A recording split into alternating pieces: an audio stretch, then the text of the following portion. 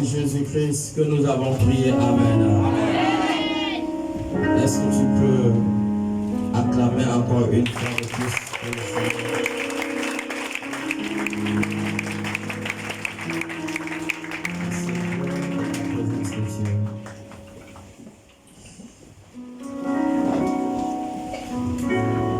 Soyez encore une fois de plus la bienvenue dans la présence de Dieu ce matin.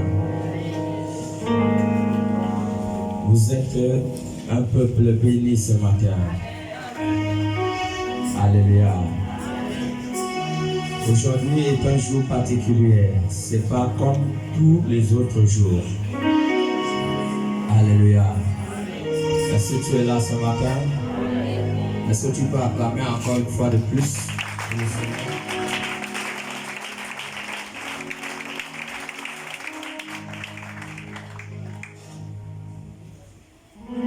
Amen, amen.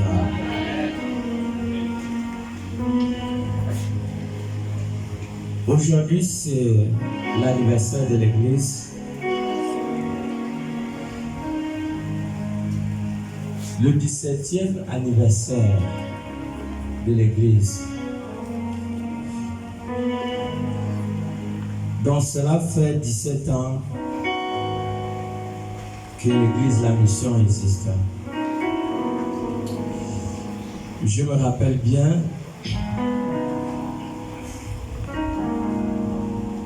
c'était vers les années 2007 lorsque l'Église La Mission a commencé. Nous étions à 3 personnes lorsque l'Église a commencé en 2007. Et vraiment, ce n'était pas facile. Dans la suite du temps, même les personnes qui avaient commencé l'Église avec moi, je me suis retrouvé qu'ils m'avaient abandonné. Depuis ces 17 ans d'années de l'existence de l'Église La Mission, je ne peux pas vous dire que c'était facile. Si je suis arrivé à des moments où j'étais faible, je suis arrivé à des moments où je pleurais, où j'étais abandonné.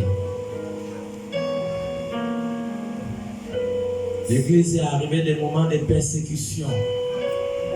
Ce n'était pas facile. Depuis ces 17 années. Demandez les pères qui ont eu des églises, qui ont eu à diriger des églises. Demandez-les dirige, se battent pour que l'église puisse vivre pendant 17 ans. C'est pas facile. Le diable n'a pas réussi à éteindre cette église. Nous avons usé des forces par l'aide du Saint-Esprit pour que la lampe de l'église de la mission soit allumée jusqu'au jour d'aujourd'hui. Et cela fait 17 ans. Pas par notre propre force, mais par l'aide du Saint-Esprit. Est-ce qu'on peut acclamer pour le Saint-Esprit?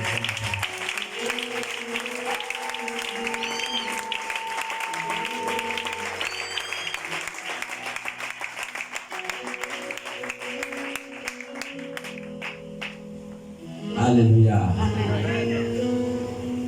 Est-ce qu'on peut acclamer pour cette 17e année de l'existence de la mission?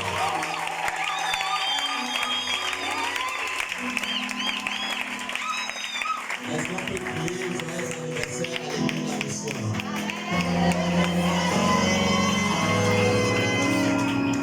Alléluia. Est-ce que tu es là ce matin? Acclame pour le Seigneur Jésus.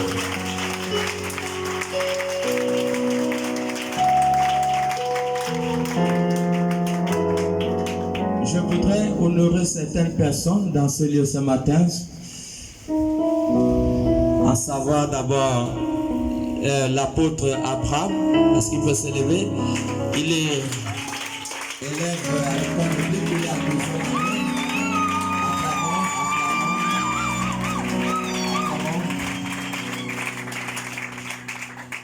Alléluia. Est-ce que Pasteur Théo peut se mettre debout? Lui aussi, il est en 4e année à l'école biblique.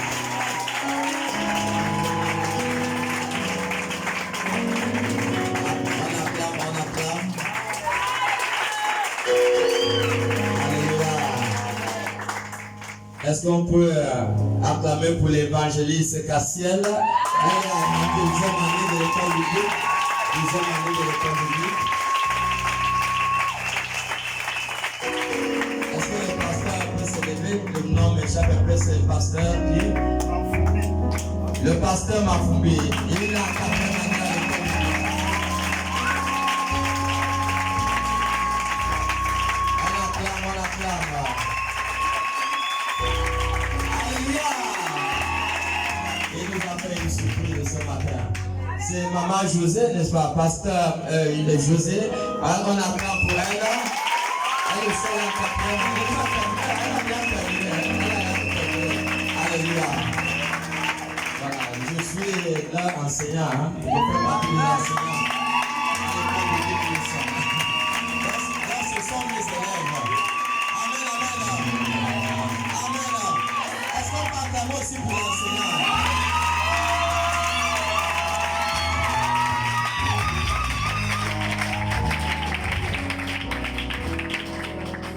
Alléluia.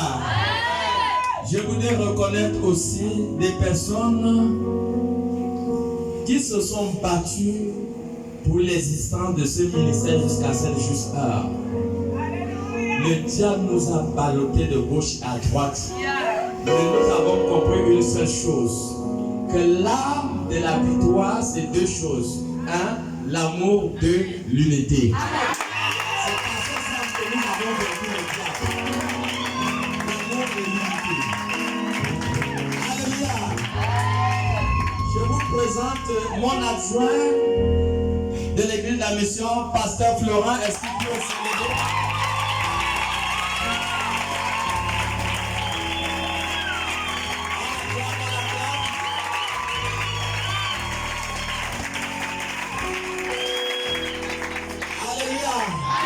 Je vous présente encore celui qui le suit. Est-ce que le pasteur 1 se peut se lever sur l'acclamation?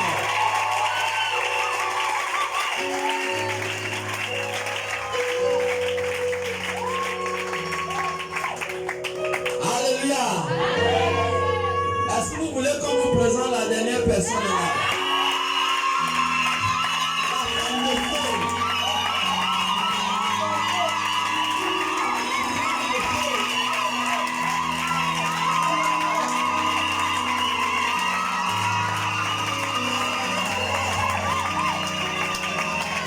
Attendez d'abord. Si vos acclamations passent dans ce silence,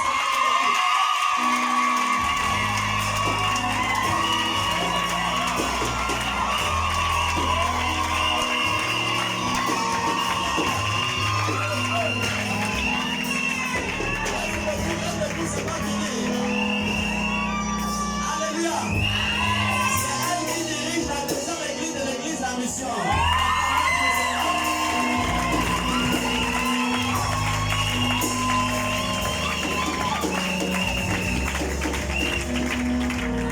Tu peux t'asseoir.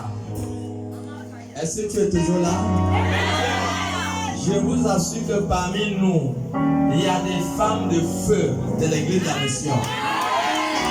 Ces femmes qui ont contribué à la réussite de ce programme. Au fait, je crois que ce sont des femmes de distinction.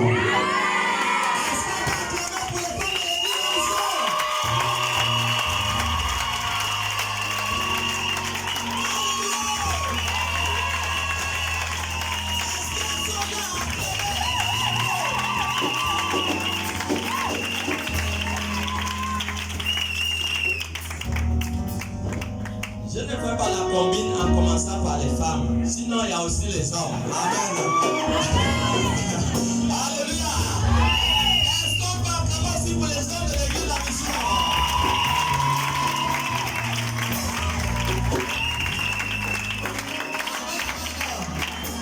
Alléluia. Est-ce qu'il y a les hommes là dans ce lieu ce matin? Amen. Acclamons encore pour eux.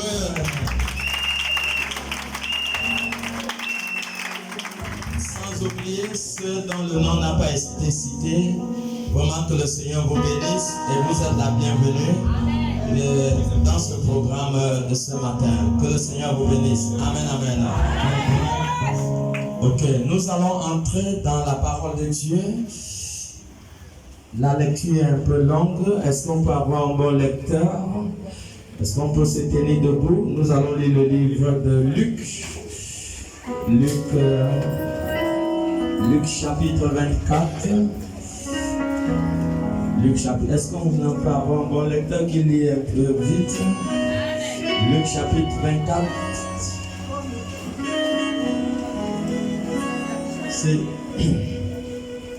C'est plutôt Luc, chapitre 23, 1 à 25. Luc chapitre 23, 1 à 25. On y va. Il est dit dans Luc 23, versets 1 à 27. Ils se levèrent tous et ils conduisirent Jésus devant Pilate. Ils se mirent à l'accuser, disant: nous avons trouvé cet homme excitant notre nation à la révolte, empêchant de payer le tribut à César, et se disant lui-même Christ roi. Verset 3. Pilate l'interrogea en ces termes: es-tu le roi des Juifs? Jésus lui répondit: tu le dis. Pilate dit aux principaux sacrificateurs et à la foule: je ne trouve rien de coupable en cet homme. Mais ils insistèrent et dirent: ils soulevèrent le peuple et enseignant par toute la Judée, depuis la Galilée où il a commencé jusqu'ici. Au verset 6, quand Pilate entendit parler de la Galilée, il demanda si cet homme était galiléen. Au verset 7, et ayant appris qu'il était de la juridiction d'Hérode, il le renvoya à Hérode, qui se trouvait aussi à Jérusalem en ces jours-là. Au verset 8, lorsque Hérode vit Jésus, il en eut une grande joie, car depuis longtemps, il désirait le voir, à cause de ce qu'il avait entendu dire de lui. Et il espérait qu'il le verrait faire quelques miracles. Au verset 9, il lui adressa beaucoup de questions, mais Jésus ne lui répondit rien. Au verset 10, les principaux sacrificateurs et les scribes étaient là et l'accusaient avec violence. Hérode, avec ses gardes, le traita avec mépris. Et après s'être moqué de lui, et la voir revêtue d'un habit éclatant, il le renvoya à Pilate. Au verset 12. Ce jour même, Pilate et Hérode devinrent amis, d'ennemis qu'ils étaient auparavant. Au verset 13.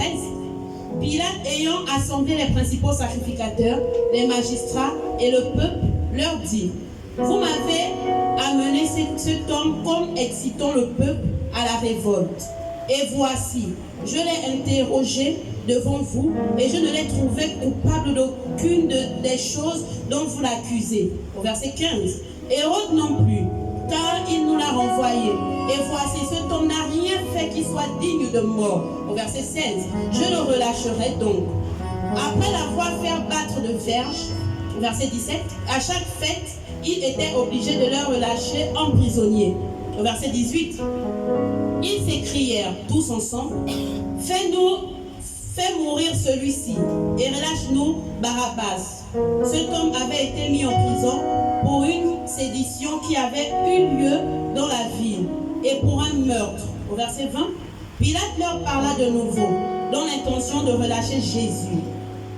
Et ils crièrent: crucifie, crucifie-le. Au verset 22, Pilate leur dit pour la troisième fois: quel mal a-t-il fait? Je n'ai rien trouvé en lui qui mérite la mort. Je le relâcherai donc, après l'avoir fait battre de verge. Au verset 23, mais ils insistèrent à grands cris, demandant qu'il fût crucifié. Et leurs cris l'emportèrent. Au verset 24, Pilate prononça que ce qu'il demandait serait fait. Au verset 25, il relâcha celui qui avait été mis en prison pour sédition et pour meurtre et qu'il réclamait. Et il livra Jésus à leur volonté. Au verset 26. C'est bon.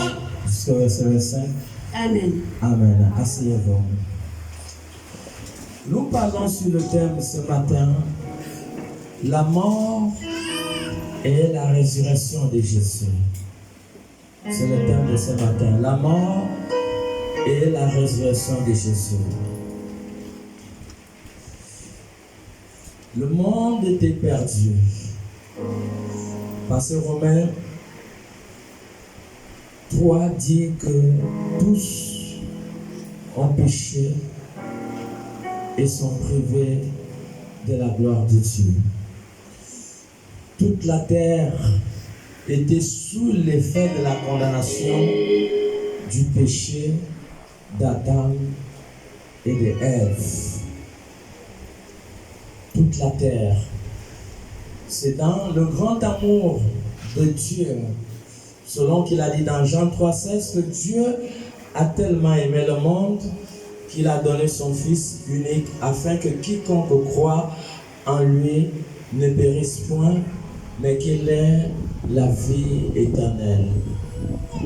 Jésus a été envoyé sur la terre avec un seul but: de sauver le monde. Pendant l'exercice et pendant le ministère de Jésus, Jésus va être confronté à plusieurs problèmes, à plusieurs attaques, à plusieurs persécutions. Jésus était tous les jours avec la foule. Tous les jours, il était en train de les enseigner. Au temple, il les enseignait. Partout, il les enseignait. Il les enseignait les principes du royaume de Dieu. Ils étaient tout le temps ensemble. Mais il est arrivé un moment dans la vocation de Jésus que les choses, à cause des prodiges, à cause des miracles qu'il accomplissait, les choses vont devoir être difficiles pour lui. Alors les gens vont se lever. Les premières personnes qui étaient en tête, c'était les principaux sacrificateurs.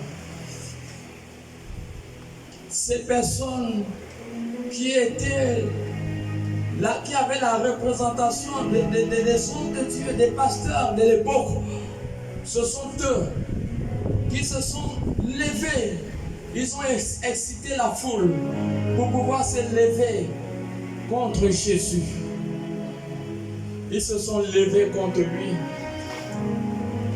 Ils ont commencé à l'accuser faussement, des fausses accusations, en disant qu'il amène le peuple à se révolter.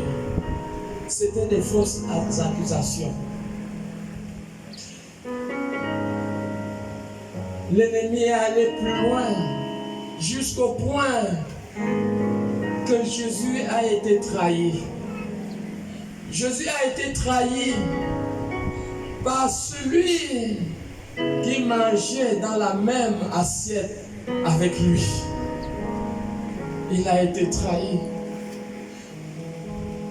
Judas l'a trahi jusqu'à ce qu'ils soient arrivés au point qu'ils l'ont attrapé. Ils l'ont attrapé. Jésus n'a pas connu un ministère facile.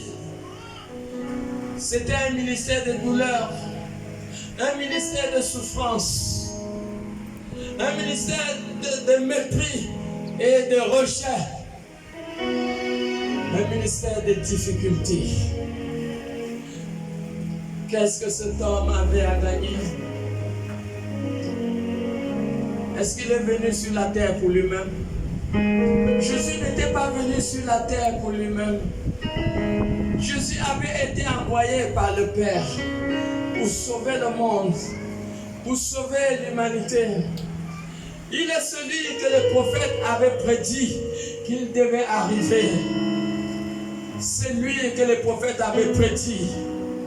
C'est lui. Il est arrivé au milieu de ses frères juifs, mais ses frères juifs ne l'ont pas reconnu. Il a été rejeté par ses propres frères. Il a été rejeté par eux. Comment pensez-vous que la même foule qui était avec eux, lisons un peu, je crois, Matthieu 26, verset 55, vous verrez la même foule qui était avec eux.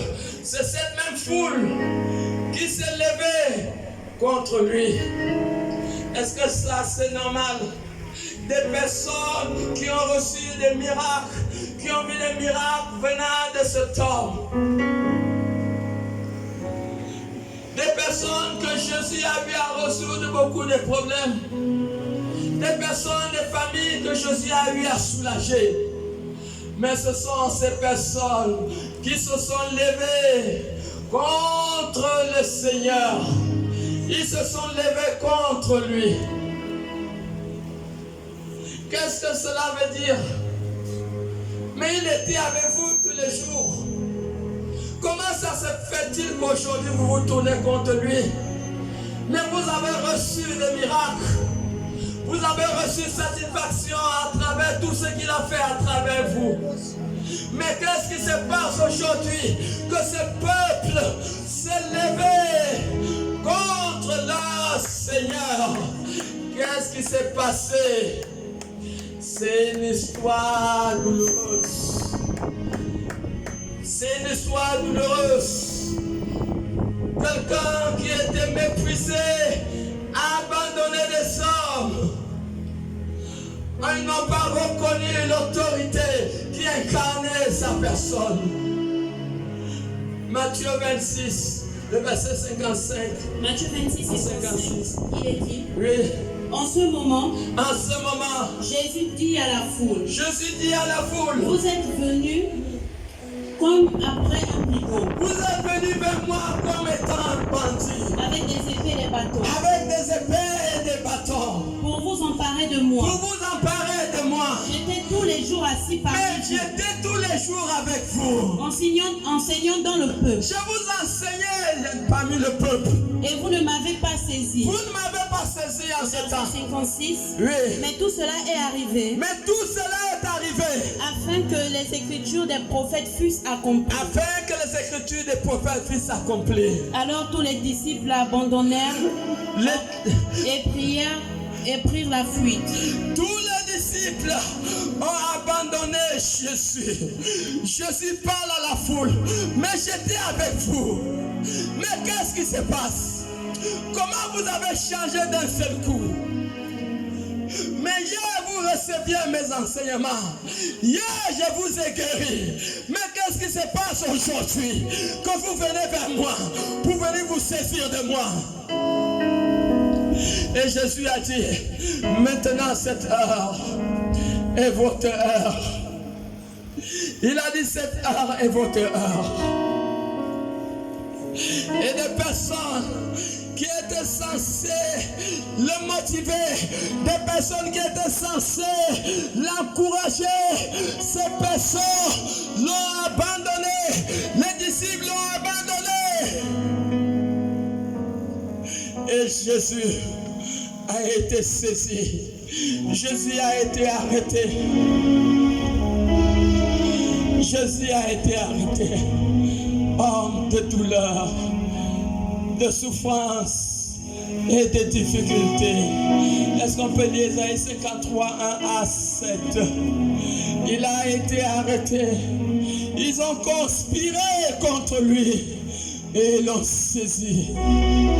Homme de douleur, homme de souffrance. Oui. Isaïe 53, verset 1 à 7. Il est dit, qui a cru à ce qui nous était annoncé? Ils n'ont pas cru à ce que les prophètes avaient annoncé, malgré que l'accomplissement des prophéties bibliques était en train de s'accomplir au milieu de son peuple.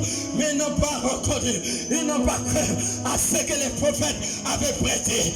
La prophétie était devant eux, la prophétie était en train de s'accomplir devant eux, mais ils n'ont pas reconnu la puissance et la manifestation de ce que Dieu avait prédit à travers les prophètes. Ça se passe devant eux. Ils n'ont pas reconnu, ils n'ont pas cru. Qui a reconnu le bras de l'Éternel? Ils n'ont pas reconnu l'action et la main de Dieu en action. Il s'est élevé devant lui comme une faible plante. Il n'était rien, méprisé des hommes. Comme un rejeton qui sort d'une terre desséchée. Il n'était pas considéré. Il n'avait ni beauté ni éclat pour attirer nos regards. Il n'avait pas de beauté ni de rien pour attirer le regard des hommes. Attends d'abord là. Est-ce que nous voyons? Il n'avait rien pour attirer le regard des hommes. Continuez encore le verset biblique là. Oui. Il n'avait ni beauté, ni éclat pour attirer nos regards. Continue. Et son aspect n'avait rien pour nous plaire. Méprisé et abandonné des hommes. Il était méprisé et abandonné des hommes. Homme de douleur. Il était l'homme de douleur. Et habitué à la souffrance. Semblable à celui dont on détourne le visage. Oui, arrête-toi d'abord là. C'était l'homme habitué à la souffrance. Homme de douleur. Est-ce que quelqu'un peut comprendre le ministère que cet homme a fait sur la terre? C'était terrible pour lui. C'est parce que Jésus avait la nature de Dieu. Sinon Jésus ne serait pas arrivé à la croix. Il a connu un ministère dur, un ministère de trahison, un ministère de persécution, un ministère de souffrance. C'était difficile pour lui. Homme de douleur, homme abandonné des hommes, il a souffert. Et tout cela pourquoi? Qu'est-ce qu'il avait à gagner? Qu'est-ce qu'il avait à gagner si ce n'est que pour sauver le monde, pour sauver toi et moi? Il a souffert pour que toi et moi nous puissions être sauvés. Est-ce que quelqu'un ce matin peut reconnaître la valeur et l'authenticité de la douleur et de la souffrance d'un homme? Quelqu'un qui a souffert pour nous sauver la vie. Il a souffert pour que toi et moi nous puissions avoir une possibilité d'être sauvés le dernier jour. C'était l'expression de sa souffrance. Il a souffert pour que toi et moi nous ne puissions pas aller en enfer. Il s'est battu pour que toi et moi le dernier jour nous puissions être sauvés. Est-ce que la souffrance de Jésus a une valeur dans la vie de quelqu'un ce matin? Est-ce que la souffrance de Jésus fait quelque chose dans son cœur ce matin?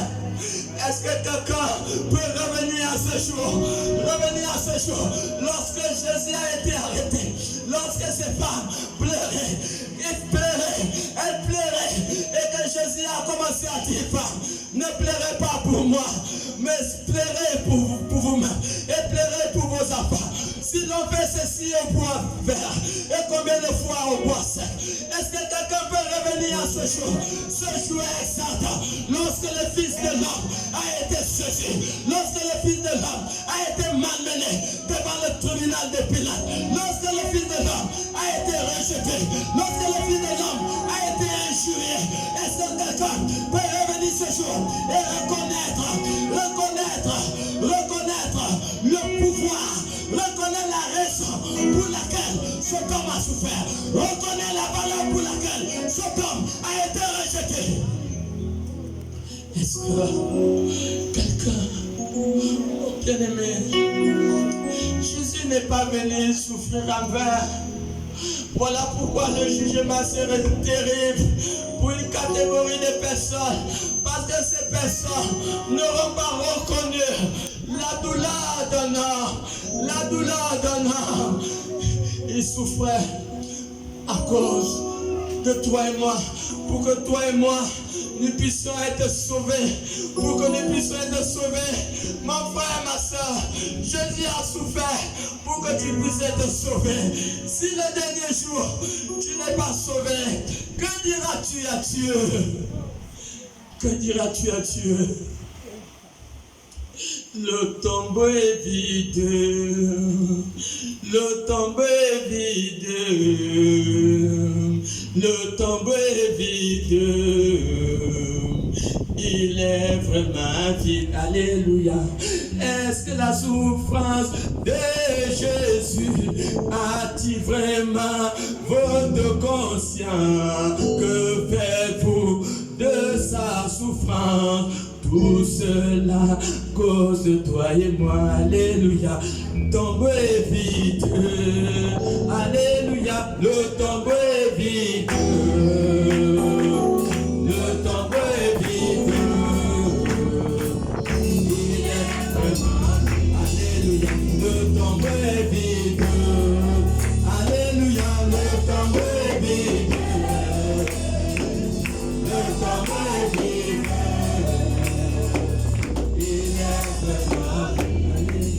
Est-ce que la mort de Jésus a-t-il vraiment votre conscience? Peut-être de sa souffrance, pour cela à cause de toi et moi. Alléluia.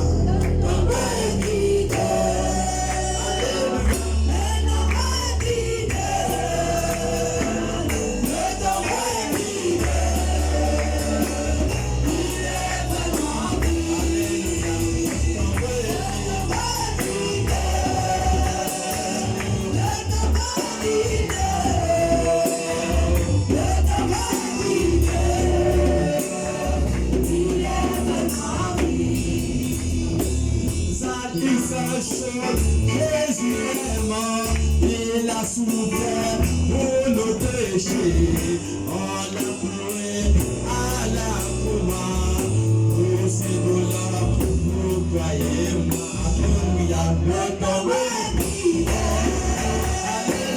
Le tombeau est vide. Le tombeau est vide. Il est vraiment vide. Le tombeau est vide. Le tombeau est vide.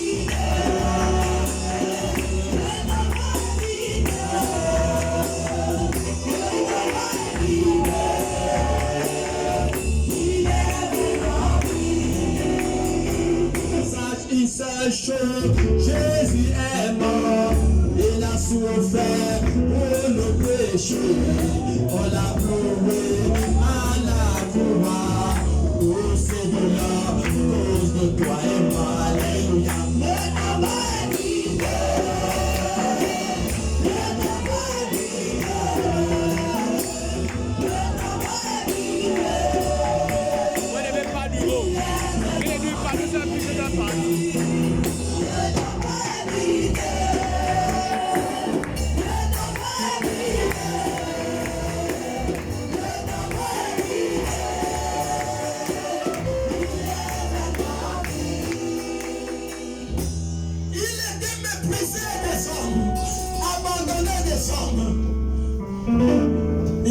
rejeté des hommes. Oh God, Matthieu 26, le verset 66 à 68, il était rejeté. Rejeté des hommes, mon frère et ma soeur. Il est mort à cause de toi et moi. Il est mort pour te sauver la vie. Il est mort pour que tu ne puisses pas perdre le salut de ton âme. Voilà pourquoi Jésus est venu. Pourquoi vas-tu perdre le ciel? Pourquoi la souffrance d'un homme serait en vain dans ta vie? Mon frère, ma soeur, pourquoi accepter un jugement terrible vis-à-vis de ta personne? Parce que tu n'as pas reconnu le bras de l'Éternel. Tu n'as pas reconnu la douleur d'un homme. Parce que tu n'as pas reconnu la souffrance d'un homme. Pourquoi attirer un mauvais jugement vis-à-vis de ta personne? Le dernier jour, il est mort pour que tu puisses être sauvé. Que la souffrance de Jésus ne soit pas en vain dans la vie de quelqu'un. Le jugement sera terrible. Le jugement sera terrible. Reconnais, les femmes ont pleuré. Est-ce que quelqu'un aujourd'hui peut couler les larmes et reconnaître qu'un homme a souffert à cause de moi? Il a souffert à cause de toi, mes soeurs. Il a souffert à cause de toi, mon frère.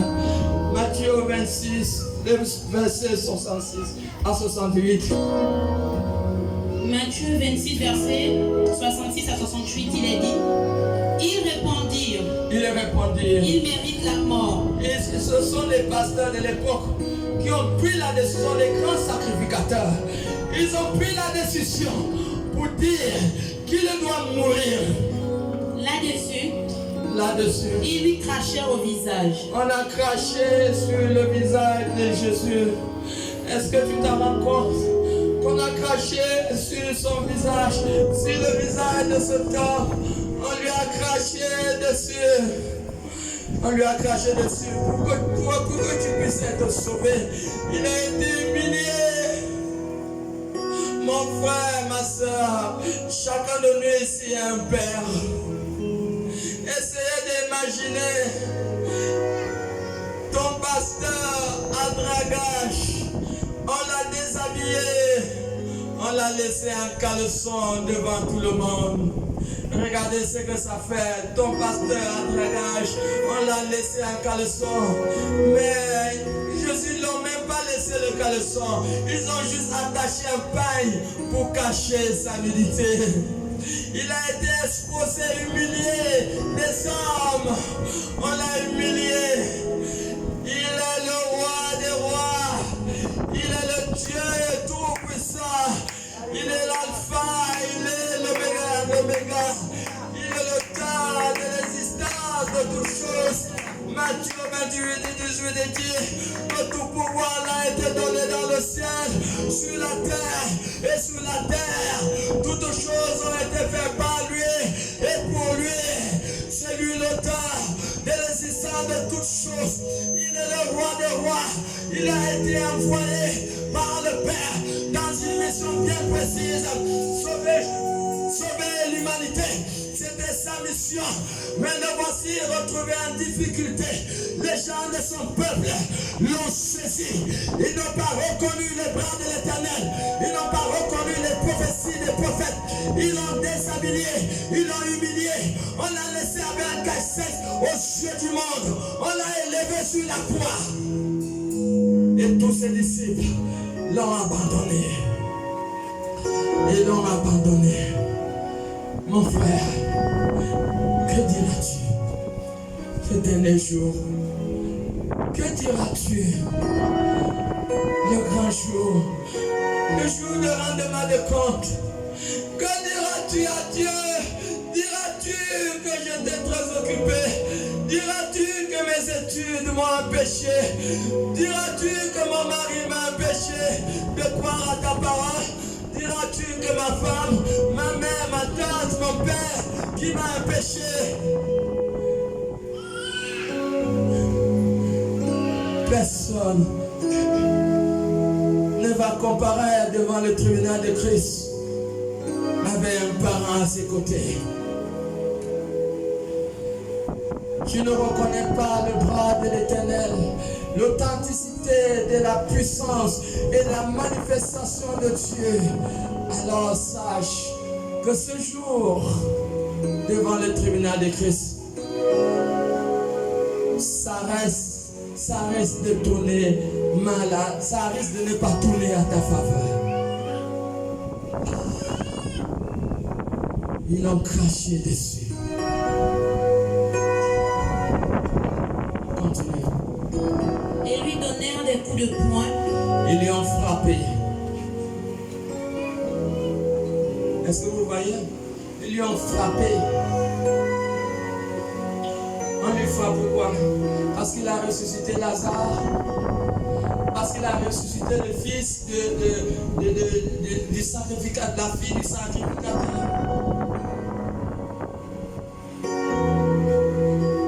Parce qu'il a ouvert les yeux des aveugles. Vous voyez combien le niveau de l'injustice que Jésus a connu. Il a été maltraité, mon frère, ma soeur, à cause de toi, à cause de moi. Reconnais la douleur de cet homme. En s'approchant de lui, en l'acceptant dans ta vie comme Seigneur et Sauveur, en marchant avec lui. Sinon, ta fin serait médiocre devant le tribunal de Christ. Avec tous les miracles qu'il a fait. Continue, maman. Là-dessus, ils lui crachèrent au visage et lui donnèrent des coups de poing. On lui a donné des coups de poing. Et des soufflets en disant: On lui a giflé. Crise, prophétise.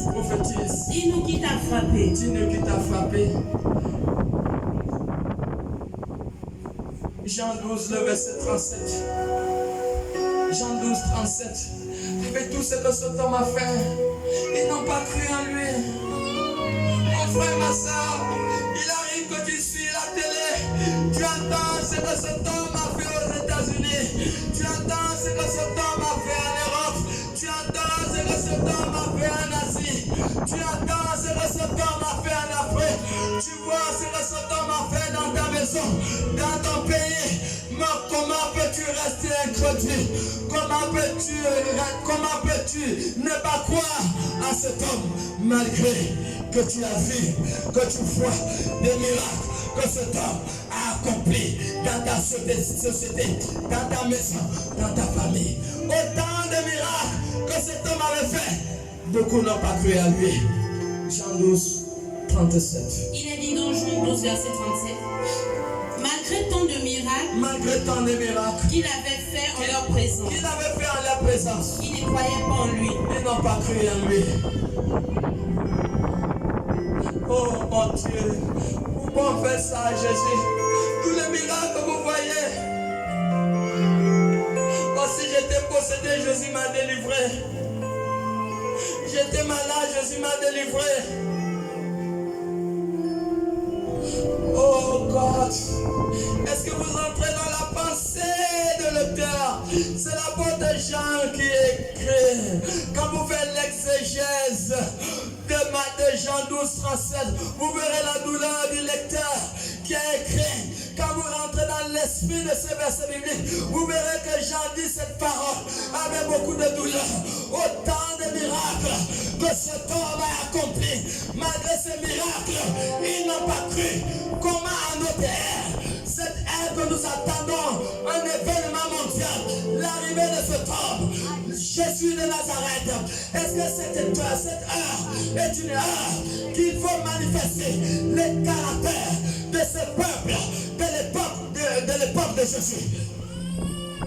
Est-ce qu'il faut manifester ces caractères d'ingratitude? Nous avons vu et nous avons continué à être incrédules.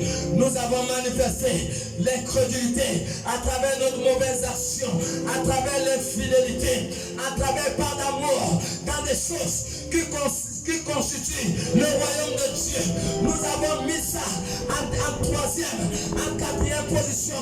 Les choses de Dieu, nous avons mis ça en sixième position. Les choses de Dieu, nous avons mis ça en septième position. Ce qui fait que les lundis matin, quand il y a la pluie, tu vas au travail, tu prends ton parapluie, mais cette même pluie tombe le dimanche matin, tu ne viendras pas à l'église. Je suis sûr, parce que Dieu n'a pas de place dans ton corps. Et c'est ça, à travers l'action, on méprise Dieu. Autant de miracles que cet homme avait accompli. Mais les gens n'ont pas cru à lui. Ils n'ont pas cru, mon frère. Autant de miracles, c'est malheureux.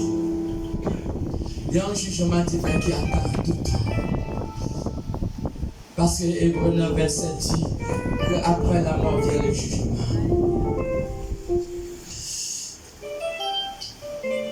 Et j'ai la certitude que nous tous, nous allons nous retrouver au ciel. Est-ce que tu le crois? Acclame pour le Seigneur.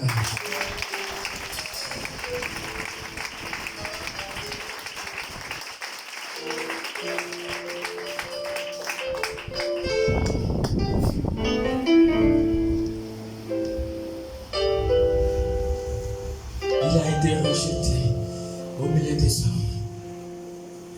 On l'a amené devant le jugement de Pilate.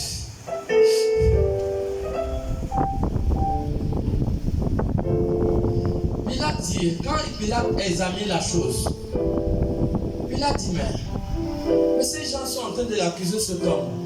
Quand moi j'examine, je ne vois rien. Mais ces gens-là, ils ont quoi? Qu'est-ce que cet homme a fait? Pilate examine. Dans Luc 23, 4, il examine, il dit, je ne vois rien qu'on puisse accuser cet homme. Pilate l'envoie chez Hérode. Hérode aussi examine, Hérode voit qu'il n'y a rien que cet homme a fait qui puisse l'amener à la mort. Pilate l'envoie encore chez Hérode. La foule est excitée. Et pendant cette période, ce gouvernement avait le droit de libérer une personne. Ils avaient le droit de libérer une personne. Pilate dit, qui voulez-vous qu'on puisse libérer? Jésus de Nazareth ou Barabbas? Tout le peuple a crié en disant, libérez Barabbas le tueur, mais faites mourir Jésus qui n'a rien fait. Pilate insiste, il dit, mais lui il n'a rien fait. Comment voulez sa mort alors qu'il n'a rien fait? Le peuple s'excite. Ce même peuple qui était avec Jésus, il s'excite pour dire non, nous voulons la mort de cet homme. Est-ce que vous voyez? Pilate a lavé ses mains. Il dit, je suis innocent de la mort de cet homme. Il dit, prenez, ça vous regarde. Ils ont amené Jésus. Et ils ont libéré Barabbas, le bandit, le tueur. Est-ce que quelqu'un comprend? Barabbas était l'image du monde.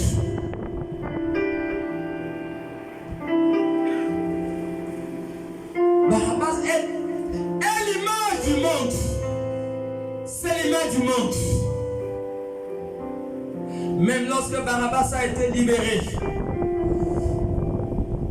il a été touché. Quand nous lisons les Écritures, nous ne voyons plus où on parle de Barabbas pour dire qu'il est revenu dans le banditisme. S'il l'a fait, on ne connaît pas. Mais la Bible ne fait pas mention. Mais j'en suis sûr que la libération de cet homme a coûté cher à un homme. Barabbas a su qu'il prix du sang d'une vie. Barabbas a su qu'il a été libéré au prix de la mort de quelqu'un. Dans la tête de Barabbas, il savait qu'un innocent est mort pour que je puisse être libre.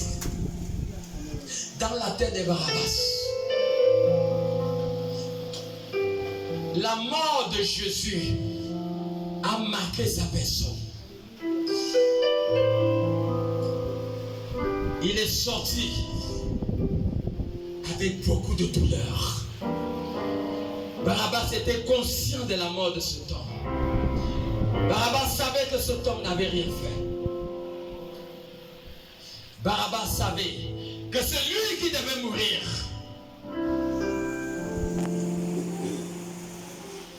Mais un homme est mort à sa place. Et nous sommes l'image de Barabbas.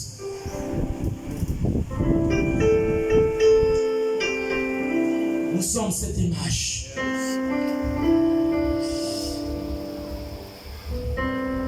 Homme habitué à la douleur.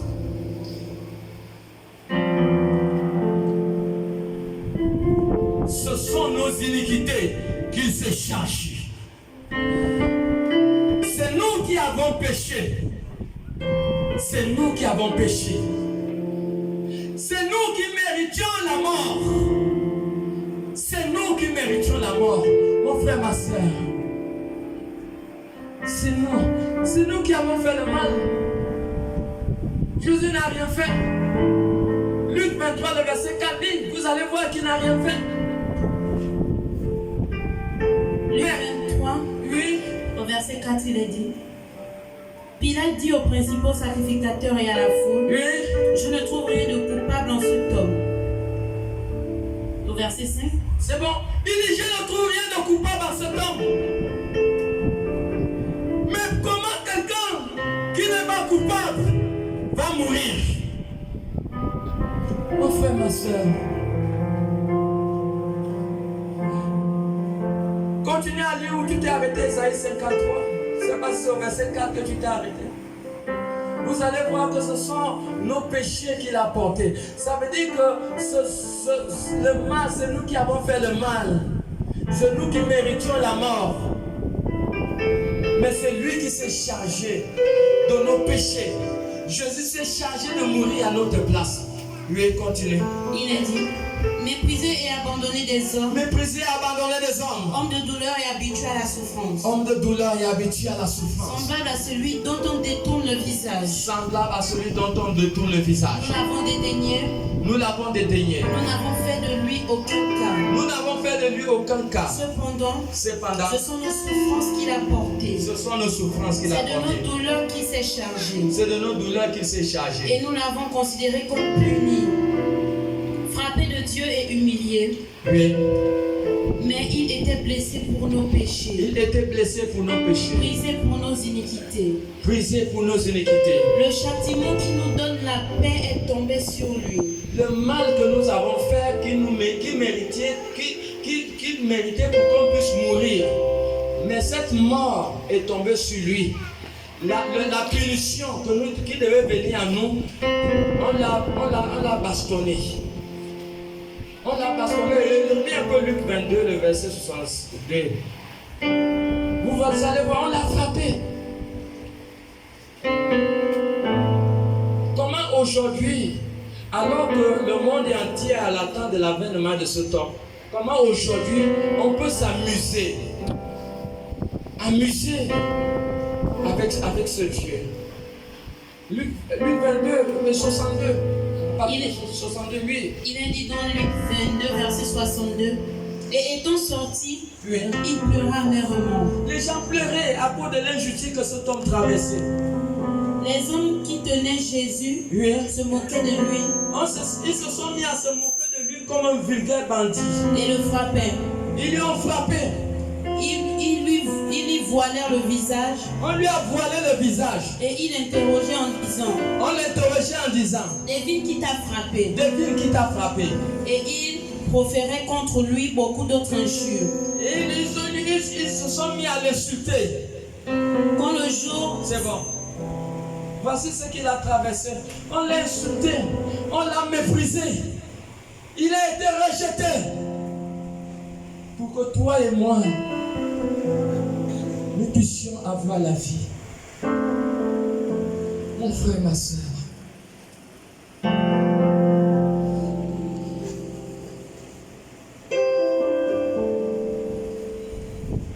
Il a souffert pour que nous puissions avoir la vie. C'est l'heure de prendre ces choses à cœur. C'est l'heure d'être sincère, d'être sérieux et d'être engagé pour les causes du royaume de Dieu. C'est l'heure. Jésus a payé le prix. Jésus a payé la dette. Jésus a ouvert la porte. Et Jésus nous a donné l'autorisation de sortir de la condamnation, de sortir de toute prison. Il est mort. Et tout a été accompli sur la croix de Calvaire. Ils l'ont cloué. Ils l'ont cloué, mon frère, ma soeur.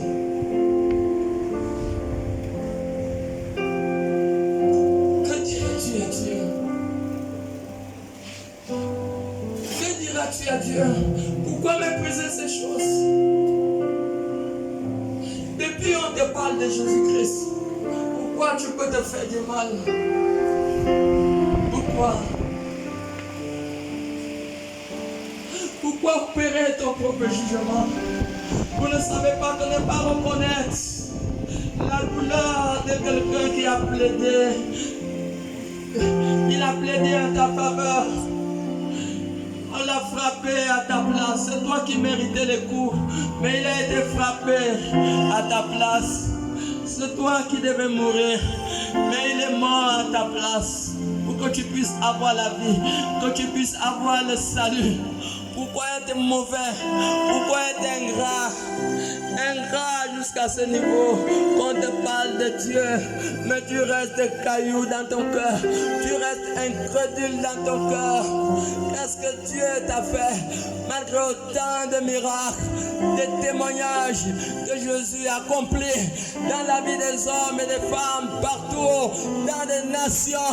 Pourquoi rester incrédule? Pourquoi rester infidèle? Dans ce grand amour, il nous a aimés. Il est venu souffrir jusqu'à la mort pour que tu puisses être sauvé. Ne sais-tu pas?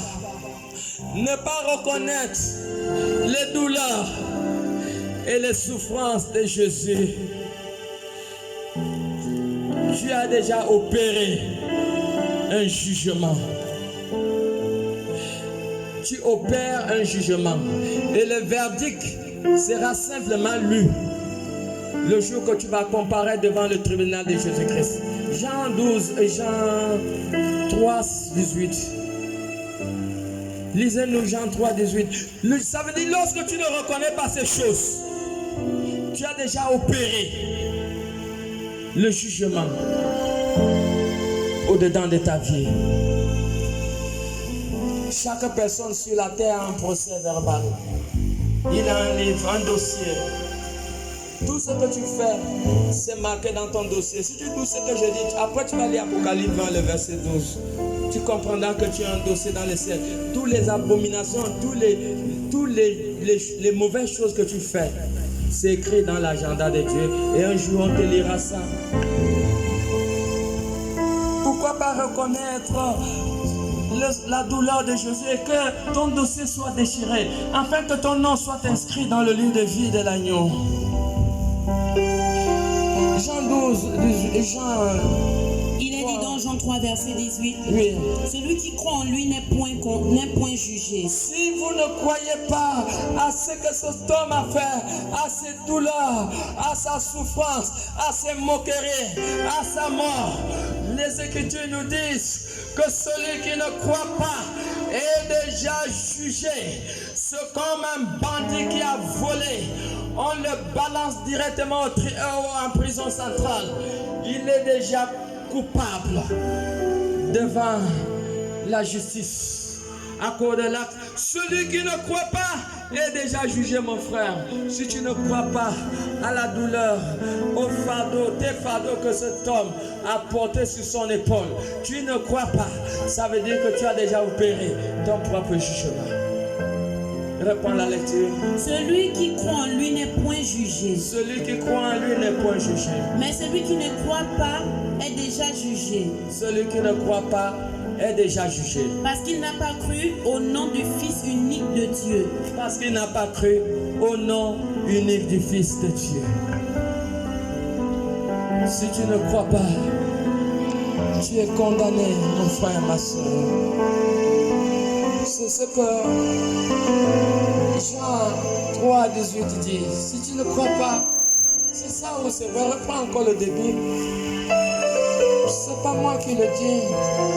Jean 3, 18, il est dit, celui qui croit en lui n'est point jugé, mais celui qui ne croit pas est déjà jugé, parce qu'il n'a pas cru au nom du Fils unique de Dieu. Voilà, arrête-toi là.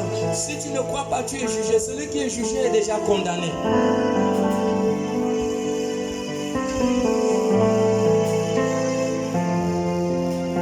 Est-ce que quelqu'un est là? Voilà pourquoi Jésus va parler toujours dans Jean, chapitre 17, verset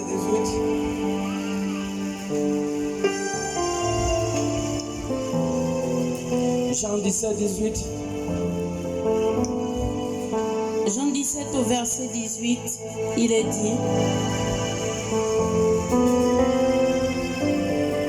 comme tu m'as envoyé dans le monde, je les ai aussi.